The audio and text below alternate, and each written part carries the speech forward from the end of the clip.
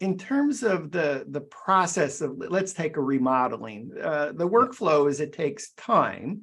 Can you elaborate perhaps how that might be a challenge in terms of today's existing workflow of doing the design phase of a renovation project? Oh yeah. So the quality of the data that you are working with,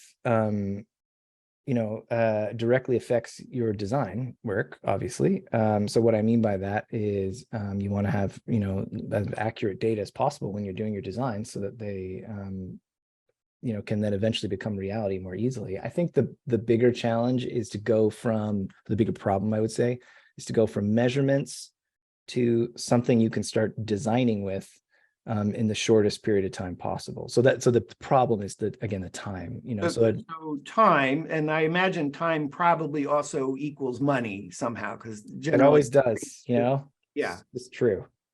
So one of the challenges, and it may not be an obvious challenge to someone who's a contractor, an architect, or an engineer, because that may be the workflow that they've always done, which is take a bazillion measurements, then go reconstruct the space, and then begin the design process.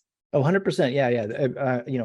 It's a little different for everyone, but in a nutshell, the traditional workflow is go to a property, measure it in some way, however that you do that, and then you're going to record that somehow. So if you're not using software, you're using a pencil and paper and graph paper, which is fun. And then you're going to take those sketches that you've done, and you're going to take them, and then you're going to translate them into some software, AutoCAD, Revit, right, to SketchUp, whatever it is that you use.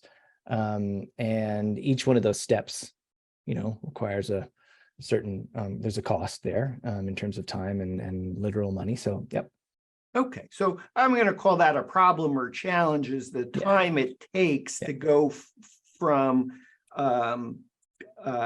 idea to perhaps construction drawings or architectural renderings, or maybe to say, if you're the homeowner, the first thing you probably want to see is some architectural design so that you can review and approve. But even after it gets reviewed and approved, the next step is to create construction drawings.